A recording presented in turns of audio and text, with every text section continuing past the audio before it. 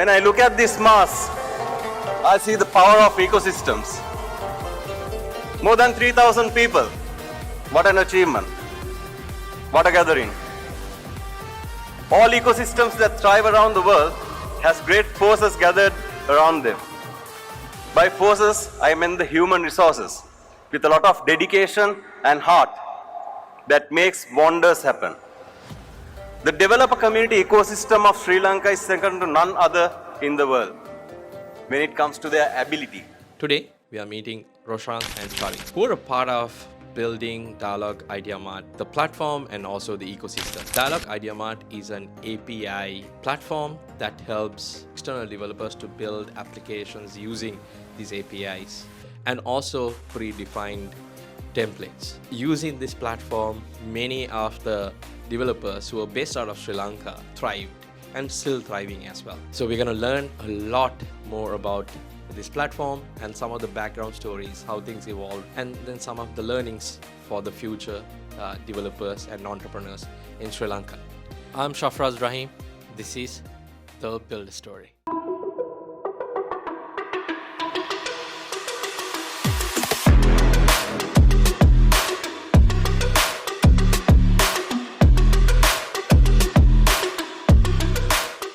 Roshanth and Charith, welcome to the show. If you can tell us a little bit about who you are, what you do. Thank you for having us, Shafraz. I've been a software engineer throughout, from the beginning of my career. Different roles, different jobs, but the same profession. Started as an R&D engineer long time ago. Out of the 22, I think I've spent about 15 years in the telco domain. I've been away for a while now. So still batting on, doing the same thing, which I like. As for me, I'm somebody who had been doing so many things in my career. Started doing stuff on engineering, then moved on to sales and marketing. After joining Dialog, I was still doing product development. Ended my career with at Dialog doing loyalty. And as of now, I'm mainly doing consultation on digitization and platforms. And that's where I stand now. Both of you were a part of Ideamart that Dialog started off. So if you can tell a little bit about like what was your role, were you handling there? My official role at Ideamart was I was a technical owner for the Ideamart platform. That was my official role. But then I think, as you remember, we did a lot more things than just that role. So part of that was again with the community. We did all those outreach programs.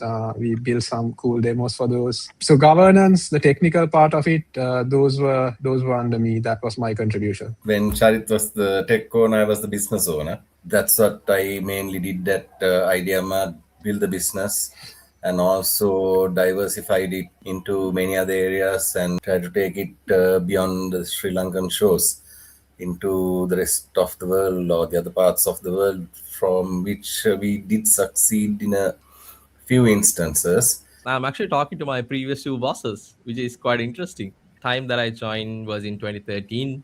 It's been almost 13 years now. I started off at Ideamart. Quite an interesting time, especially when I joined. That was a very small team. Roshanth, Charith, and a few others, a couple of interns as well. We looked at, I think, overall, how do we bring the best for the developers in Sri Lanka, because it's quite new. In 2015, Ideamart won the Best Technology Enabler. It is a prestigious award from GSMA. Then it's not an easy one to get as well, like competing with the giants in telco industry. How did a small team, how did a small platform coming from Sri Lanka was able to do this? The Ideamart was an ecosystem. Platform was part of it. The business was part of it, the team was part of it, and also most important part of this cog was the developer community. What we did perfectly was build that community and empower them.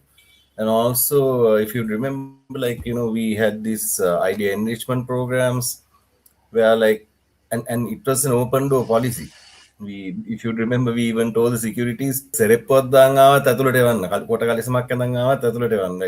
a person comes in shorts or slippers even, you need to send them in and they need to meet us. That's the policy we had. And of course, those poor kids who came from out there who actually made it because they had that fire in them to move forward. award was given for the community empowerment we did. It was not only for a platform or the business case that we built that won the award. It was basically the whole program, the ecosystem itself that won the award. To date, I always say the biggest contributor was the developer community. And of course, we had some amazing staff members.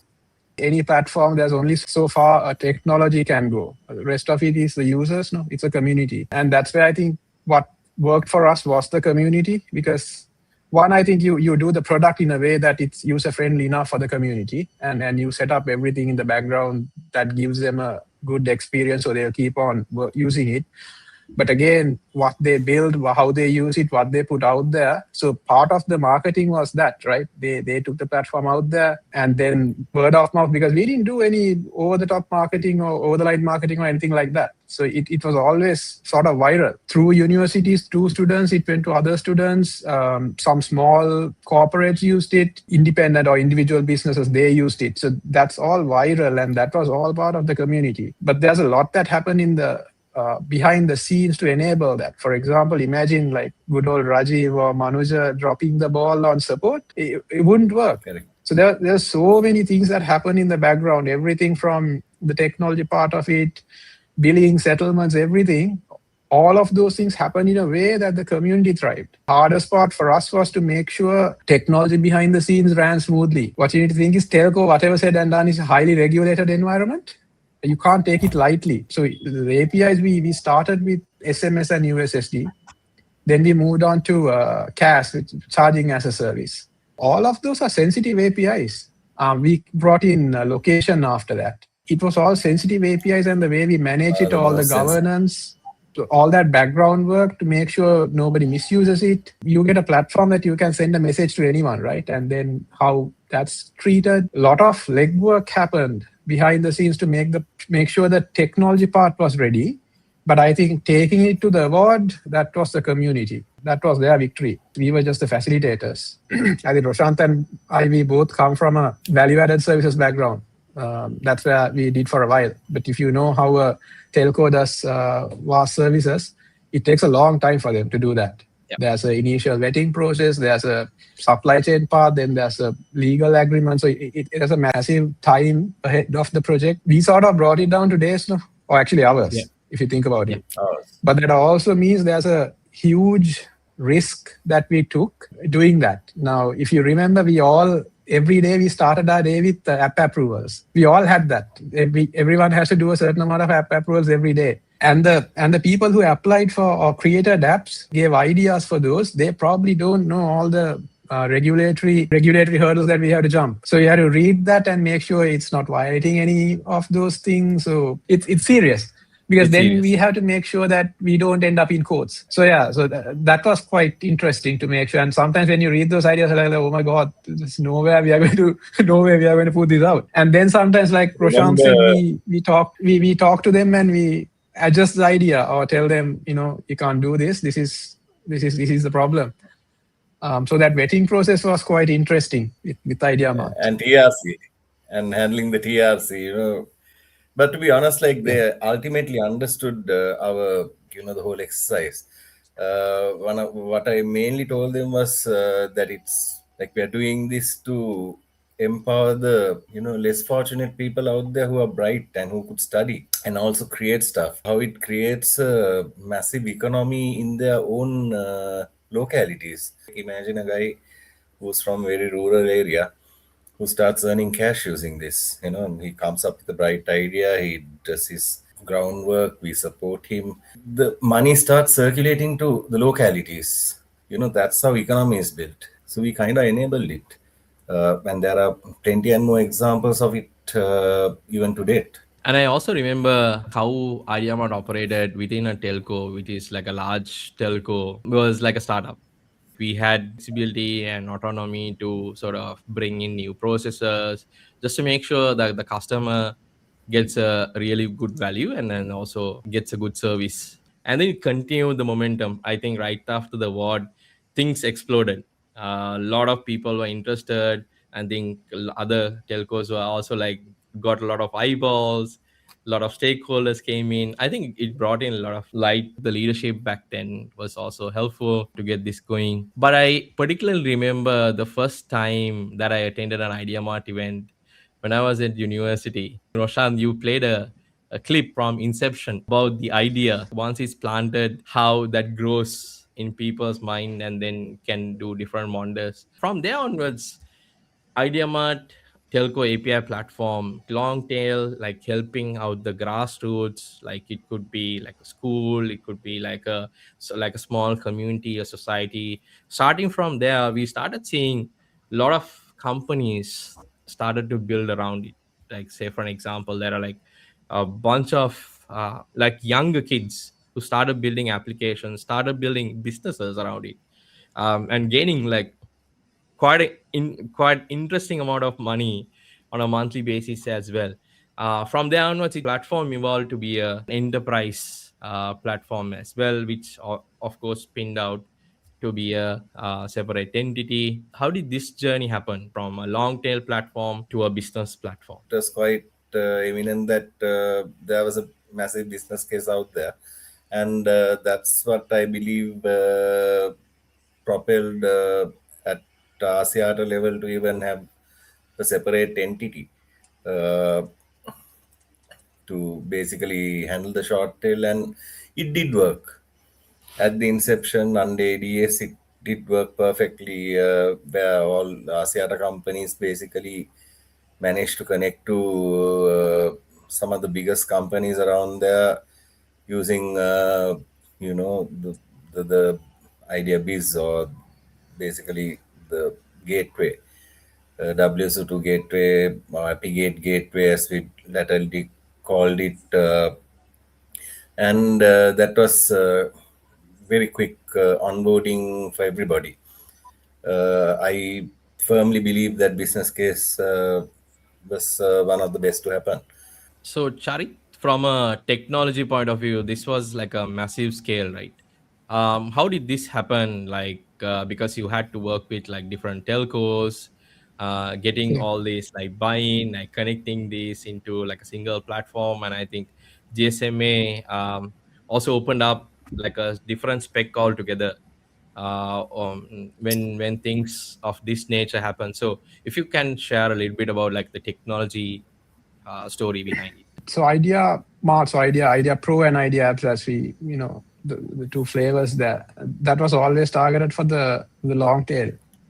But that core problem about telcos taking time to get a solution out there, or the amount of solutions the telco can put out there, is that's common to both the enterprises and the independent developers, all the small timers. So that's a common problem. You need to think about the time that this happened, right? It was Ideamart, or before it. So I joined, I think, Ideamart in early 2012 or 2011.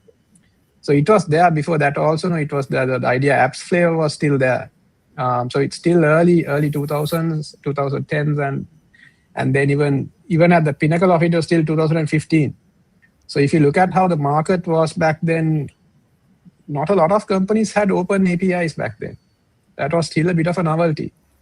And even some of the API gateways out there in the market now were still starting up back then. So it was a bit of a new thing to do. And I think recognizing that as a group, they need to consolidate and share a common API contract to whoever wants to interact with them I think that was a very, very futuristic vision at that point. Because, I mean, if you look at the technology, certain things that we have to do, we had to figure it out.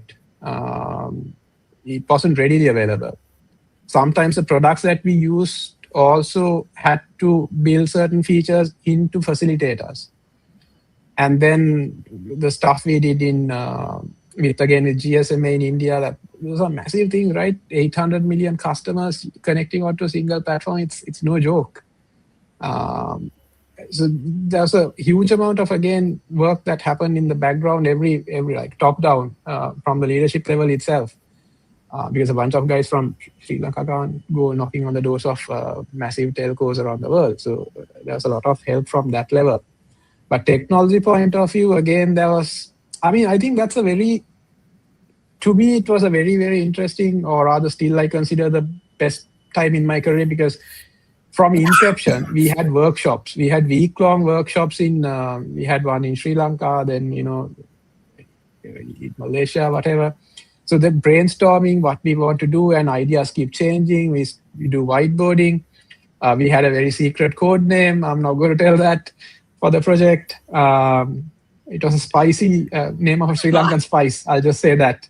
But yeah, so a lot of work happened, and so that moving at that pace, and then coming up with ideas, building something, prototyping, again testing it out.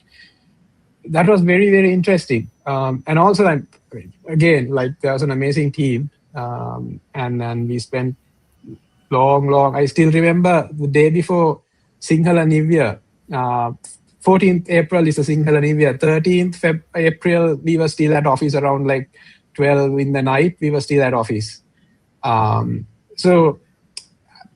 end of the day, the reward was far greater than whatever we had to, put in, because it ended up going to all the operators in ASEAN and even beyond that, right? We went to Europe, Latin America, Africa. We covered that. I mean, almost the globe.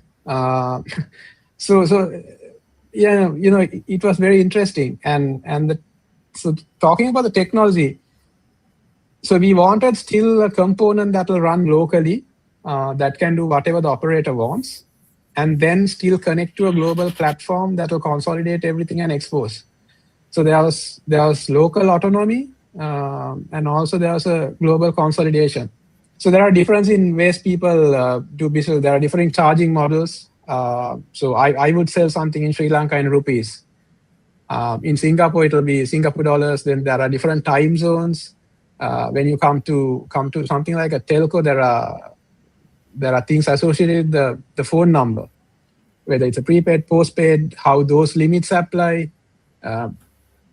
Lot of things that you had to think about. It was the team. That was the team spirit, Shafras. That team was actually one amazing team. And it's not fair if we don't mention the bosses Anthony and Benura. They supported, without that support, we wouldn't have been anywhere. To a major extent, doctor. I mean, it's directly not related to this, but since you brought up doctor, so his January 1st sort of address to the company is something. I was with Dialog for 9 years. I've never missed one. I've always been there in person to make sure to listen to that, because it's a little bit more than we've all done very well sort of a message. But one thing, what was it like to be the undisputed leader in multisensory connectivity, always resulting in the enrichment of Sri Lankan lives? That was the vision, right? And whenever people go with, or rather in one instance, when somebody went there with a product and we were sort of the guys who were doing products, one thing that he mentioned was that, whatever we do, it's not just about generating revenue or money for the company. It should have a value for the end user. That vision was not just part of the book or the board. It was something they practiced as well. So that sort of, resonated with rest of the team as well. You can have whatever opinion you want about an operator, about how their connectivity is or anything. But end of the day, at least the people that I've dealt with, they've always had a very high level of integrity and a very, very clear sense of moral direction. So that helped with all of this, right? Whenever we do something, it was like, is this really adding value? Talking about I think marketing wise, the platform marketing wise, I think we did some really out of the box. Roshanth, I think one of the marketers that I've ever worked who has very wacky ideas, right? I still remember I just joined the team 2 days before, and I was dragged to go to Majestic City, and then we were installing a installation, Christmas tree. how you can with EFM, I think, right? We were doing Yeah. that, and was we were getting Yes, so it's scolded. Children's Village and EFM. Yeah, I remember that. True. Yeah, it was just Yes. people coming in crazy. What are you guys doing? To when we had this launch for the enterprise platform, you gave a bulb to people as an invitation. It just blows my mind. Like, how do you I still get have all it. these like new ideas? I still have that bulb. I should have had it somewhere close. I would have shown it to you. I still have it, and it had Yeah, Ideamart colors, if you'd remember. yeah, It was it did. not just a bulb. It actually would have been a lovely night lamp. I remember handing over those invitations with Kasun, going to all those like companies, handing over. All the CEOs were like, "What is this? Like, this is a bulb. What are you guys doing?" This was in 2013, end of 2013. This was Christmas. I think Charith had built like a small, like a bulb where you can control with an SMS, and we live streamed The it SMS like a Christmas tree, SMS where you Christmas send a tree. message and the light starts growing. Yeah, I remember. That was actually the first IoT type of thing we did with IdeaMart. And that was taken to the following Vesak by Senate, where they had a SMS based Torana Yeah, down Gangarama. I think the first one was I think before you joined, Shafras. We yeah, did a session for Moratua. University of Moratu, I believe, and that's where we had a Raspberry Pi hooked up to a domestic light, and we used SMS to control that. So I always had a problem with the way people used APIs. No, I mean, listen, APIs are very powerful things, and you're suddenly getting access to a telco platform. You can do so many things apart from sending out, lousy horoscope updates and being insecure and figuring out where your partner is. But so I just wanted to tell them, like, rather than stalking somebody and figuring out where they are right now, you could do other things with APIs. That was the whole thought process behind all of those things that we did. I think I went to, I believe it was Slit, and I let the students control my slides using USSD. So those were all just to say that APIs are beyond just, all those silly use cases. It's just that there's no limit. You can do whatever with it. You can make it interact with physical world as well. That's what it should be, right? It should be an interface between different things, not just, using the template and putting something out. We collected donations for SOS, then St. Thomas's College, that triathlon. And I remember Pasindu creating a lovely FB-based interface where, like, when you send an SMS and donate, certain wonky things happen on screen. Yeah, those are the actual nice ones. But of course, the money came from the horoscopes, Charith. So that kept I the guess that's business my going. problem. the business case. It was never about that. So still, I never took a job for the money. So There's this like an amazing team, like both of you are calling out over and over again. There's amazing team. Anyone who's watching, kudos to everyone. I still remember every Fridays we get together, like towards the second half, we don't do work. We just like brainstorm, chit chat. Some conversations I think like went on to do brainstorming, and some of the conversation I'll not forget, like taking me to like barista next door and talking about the work that I have been doing. or you'll be not doing. I've had very interesting conversations at Barista. No, Charith. Oh yes. Thank God it's closed now. Or at least that location is closed now. Where did Malinda go? Coffee bean, Not Coffee Bean. not Java. Java Launch. Oh Is my it Java or God. Coffee bean? Java Launch. Is it? Yeah. So yeah, quite interesting times, right? What are some of your top 3 memorable stories or many impactful stories that you what do you feel like very strong about Ideamart, the things that were produced? Memorable for me, it's two actually. Impact and memorable, I would kind of, separate. Memorable, obviously, the first memorable or number one in the list would be winning the GSMA award. I mean, nothing could beat it. That was such a proud moment for the country itself. Number two, I would say, is actually when we wanted to take main platform out of the country, we were still kind of struggling, and sorry, I managed to get the orange deal going. I think laterally they call themselves Bizao. Charith would know about this, and that happened through one of the GSM, uh, initiatives that I had to take part in, and actually it was a kind of proud moment for me also, because I was part of that mobile for development program, and I was so for 3 years, in which I also managed to meet many other startups from other parts of the world, Africa, Asia, and so on mainly. But that, and then also the day we took Ideamart out of Sri Lanka.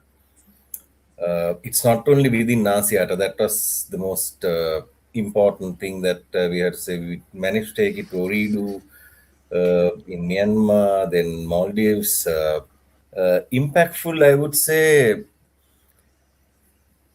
seeing some of the, actually, I don't think even they would mind. I'm not going to mention names, but they were less fortunate. I know how they were before and after Ideamart, where they were, where they came to be in, and where they are now today. Uh, and also, like, there's a community like that out there. Then there's another community like this. I can mention the names. People like Dilina, uh, who went on to that untouchable kind of level. Started so young, he was 16. Yeah. Yep. And Shafras, you were more close to him than I was, because at that time you were the guy who was basically driving the community. Uh, very proud moments to see that, young boy going to that level of. And actually, one of the most proud moments for me was I managed to take my kids in one of his helicopters. I mean, that was my birthday gift for my kids. I felt so proud that day. Like, this guy whom I knew from 16 years old, when he was 16 years old, he came to this level of, owning a helicopter, which he was, doing commercial flights in. And I managed to give my kids a nice, lovely, memorable experience. Then also I know of people who earn from this, did further their studies, and who are living like an absolutely brilliant life today. And also those who went on to build bigger businesses. I mean, one of the most other proud cases are Miller, SenseMate. I mean, that guy is doing very well, and I'm so proud of him. I mean, you remember how we supported him with the tech. I mean, I remember you, and who was it? Whether it's Mali or even Kasun, who got involved with the community laterally, uh, came and said, "This guy is doing, like, really well. He's doing this. We need to support him." And we went all lengths up to give the maximum support we could in whatever we can. And I mean, those are actually quite proud moments, and very impactful moments. But I guess the impact was I get to be part of something that, or at least I enjoyed building, and there were, and I got to work with some very, very interesting people. One guy is now sitting in Singapore, working for, like, Shafras, right? But yeah, so the people aspect was amazing. You Pasi, a lot of very, very interesting, and are also like people who weren't of the typical mold that we usually used to work with. It was a corporate, so we had a very different kind of energy compared to you guys coming and shouting and doing everything. So yeah, no, that was quite interesting. Or the people part was actually quite nice, and I'll never forget that time. But again, I guess impact was we built something that went on to become something amazing, and a lot of people benefited out of it, and it's still being used. So Thousands of stories. Some we know, some we don't know. The things that we know, I think, are the ones that we called out. Especially, we forward integrated also, like not just like, okay, you build a application, we approve it. We also looked at, I think, giving marketing support, credits, like using digital platforms, to promote all these. There were like multi levels of, I think, engagement that happened. Tilina started off something called the Idea Tuesday, where we sit down at our office, we live stream, like talk about all those stuff, like how we can help people out. Interesting, I still call out to all those folks who are part of, like who are still part of like this hackathon scene. We changed the game in the hackathon scene as well. We did, I don't know, like close to 20 or something No, more than hackathons. that. We did More more than than that, that. we did a lot of it. Like Mortua was the first hackathon, and then was an interesting one. We continued to do that. We did something like Idea Bash. If like that's like a annual conference kind of thing that we did. So a lot of, I think, interesting stuff that Yeah, happened we got during. external parties to come and talk. Plus, we Yep. also partnered some international hackathons, Angel Hackathons. Yep. Yeah, we did that. We did that as like the mentality was, okay, you build something here and then you take it to global markets. Some success stories are hard to replicate. Do you think Ideamart would have been successful elsewhere? Yes, I think it was proven in a few areas as well. Cultures change, people change, ideas change. I'll give a very good example. When we went to Smart, at that time, I think the mobile penetration in Sri Lanka, smartphone penetration in Sri Lanka was around 40. I can't remember if it was just below or just above 40. Whereas in Cambodia, it was around 70.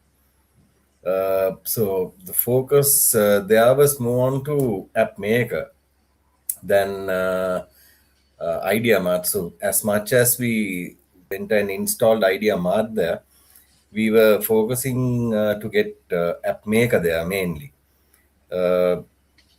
It's like that. So but we had all the essence to create whatever we wanted. My view on that is slightly different. When you try to replicate an idea, I think one thing that I always think about is I think Steve Jobs he gave a keynote speech at one of the universities. I can't remember where, but one thing he said was that you can only connect the dots looking back. Of course, it was impossible to connect the dots looking forward when I was in college, but it was very, very clear looking backwards 10 years later. Again, you can't connect the dots looking forward. You can only connect them looking backwards. So you have to trust that the dots will somehow connect in your future. You have to trust in something, your gut, destiny, life, karma, whatever, because believing that the dots will connect down the road will give you the confidence to follow your heart, even when it leads you off the well-worn path, and that will make all the difference. So now you can look back and say, oh no, we did these things, this resulted in that happening, and then you can nicely draw it, but it's not. Okay, again, go back to 2012, right? 2012, 2011.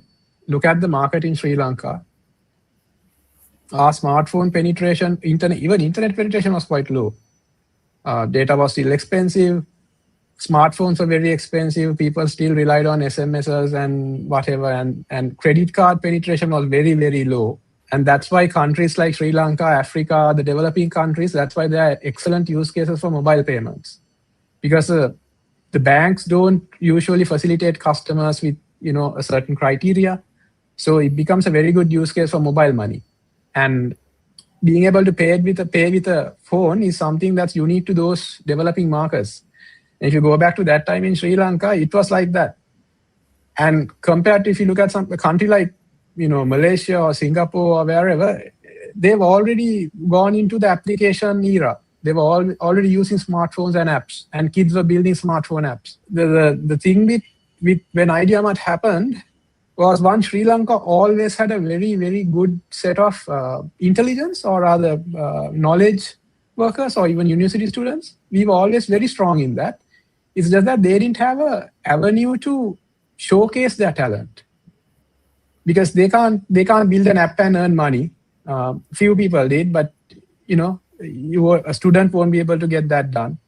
They don't have a way to use their skills to earn some money or do something, not just money, but even to take their skills out there. They didn't have an avenue. So those two things worked out for us back then. because Ideamart gave exactly that. So now they had a platform where they can build something, monetize it.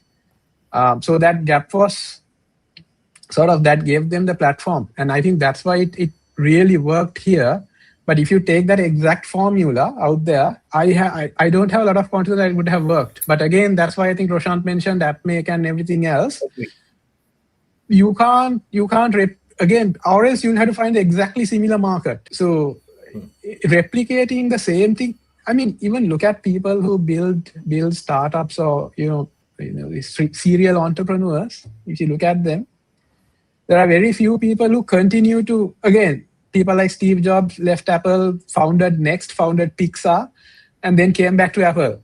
That's very rare. People who make everything they touch into gold is very, very rare.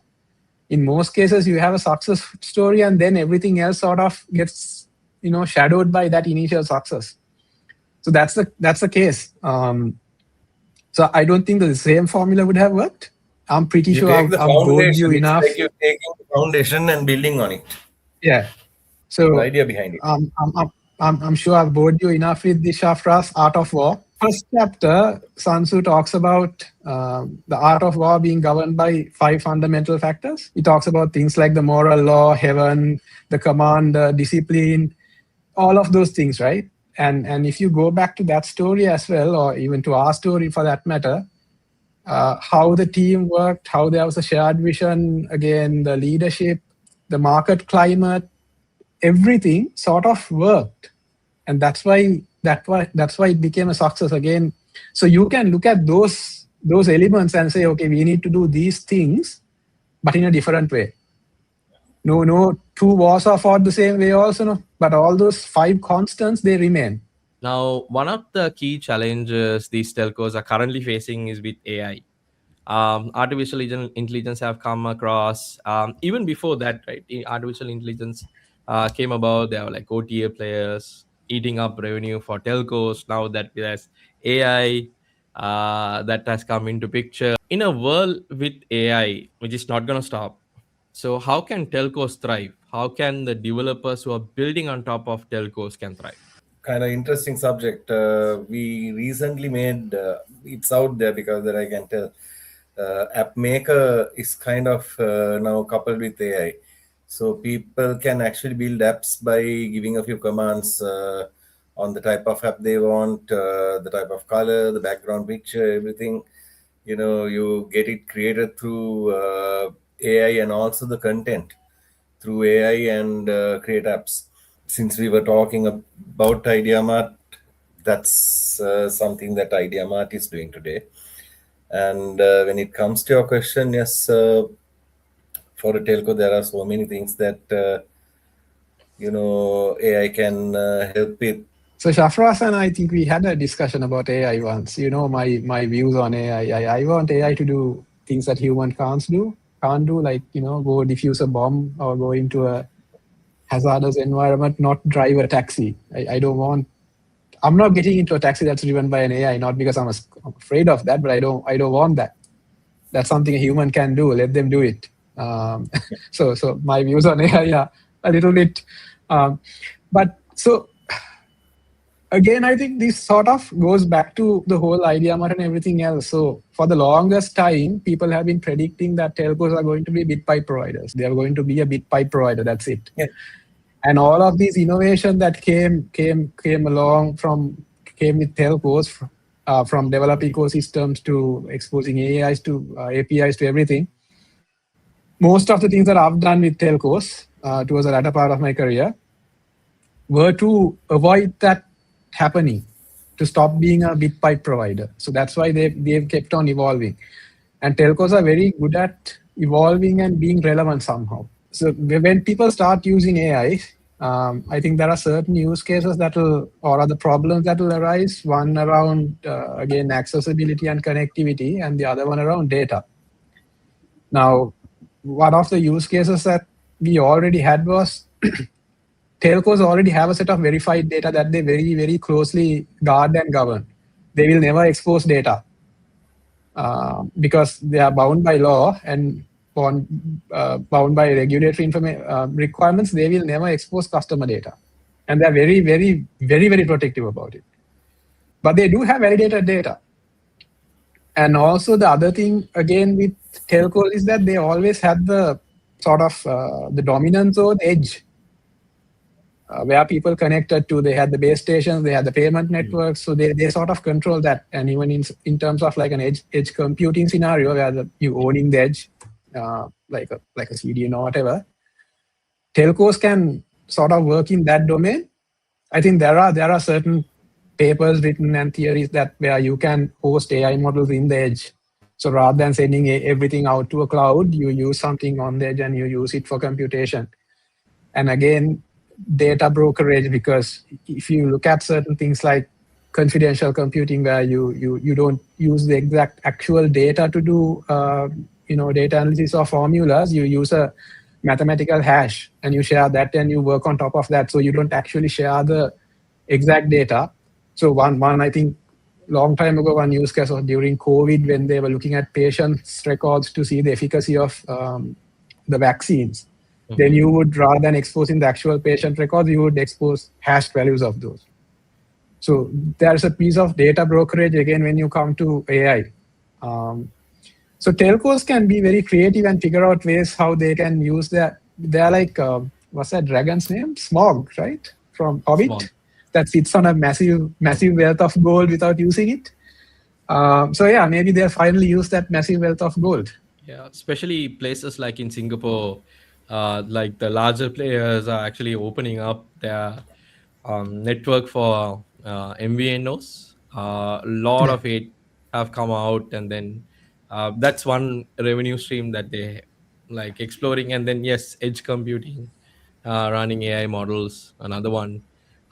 So it's quite interesting, like for developers who are building using telcos. Like in your opinion, it's still relevant. Folks can still do stuff. Especially, I was talking to Sanjay LVT during the flood time, connectivity was lost. So the only way for folks to reach was SMS. So still that was like relevant, like especially in situations like that. That's one fallback option, whether at the same time, I think it came in handy. When you look at, like, both of you are very senior members, and then you all see how the world is moving towards as well. Like for Sri Lankan entrepreneurs, what are your sort of words of wisdom? As far as I'm concerned, what I would say is like, even the guys who came to us, Shafras, came with their ideas. And if at all they had succeeded, it was those ideas that they came with that actually succeeded. So, but most important was they didn't stop. They continued to, pursue their dreams, I would say. Do a proper SWOT and identify the weaknesses and threats as well. You don't always look at the positives or like, don't get stuck in the dream. Just know when to pull a step back as well at times and to see where I could go wrong, because going too fast also might kill. So one thing that I used to tell them back in the day is that we are giving you a platform to fail fast and fail free of charge. Those are the two things that we gave them, right? It literally takes you 5-10 minutes to build an app. We had boilerplates. You download that, you change it. Some people actually did that. So when they put an application, they used our boilerplate, change it, and put it out. So, we give you a platform that you can fail fast with no cost at all. Absolutely no cost, because it was on a revenue share. They don't have to pay upfront. They don't have to even pay for hosting. Even that was even free. Right? So but that message still applies in a different context. You still, if you're a university student, fresh out of uni, or even working, that you want to build something as a side hustle, there's nothing stopping you. But the thing is, you can now even more, because with AI and everything, you can write a little bit of set of instructions, give it a idea, whatever to work on. It will do everything, put it onto GitHub, and the whole thing happens, right? And no cost at all. So you fail fast and you fail for free of charge. So that advice still is valid.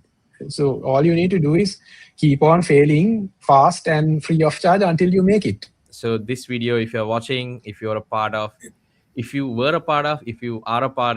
Ideamart community and the ecosystem, thank you very much for being part of it. There's still an amazing team out there, quite capable guys, and they're all willing to help. So make maximum use of them. Of course, from the platform we started, now we have, like, it has evolved so much. There are so many other platforms as well. So as far as Ideamart is concerned, please, the community, you need to continue to get involved. I think I mentioned this before also. I mean, it started before me, and it's still going on after me. So I was just lucky enough to be there during a very, very crucial and interesting part of that journey. And I think it will continue to, go on for a while. So amazing. Just happy to be part of that whole journey. I think I need to mention at least these two guys because you remember we had a day job also, right? Yeah. Apart from Ideamart, the few of us, we had a day job to build something else that became completely different and ended up becoming a startup on its own. And, so people like Taranga and Roshan who worked in the background, who put in an amazing amount of effort into all those demos. They came with us to the outreach, Pasindu Di Silva, or the Podiaka as we like to call him. So all of those boilerplate code that I was talking about was written by Pasindu at one point. So everyone who used those boilerplate codes and built something, that was Pasindu's code that you used. So then there was a few other people that we brought in who were not directly employees but still contractors that work with us. So that team was amazing, and thank you for every one of them for. Although I'm sitting here, it was again their success. So thank you for everyone for doing that. Thank you very much, Roshanth. Thank you very much, Charith. Thanks for joining the Build a Story episode today. And those who are watching from Ideamart community, keep building, keep thriving, take Sri Lanka to the next level. See you in another episode. Cheers.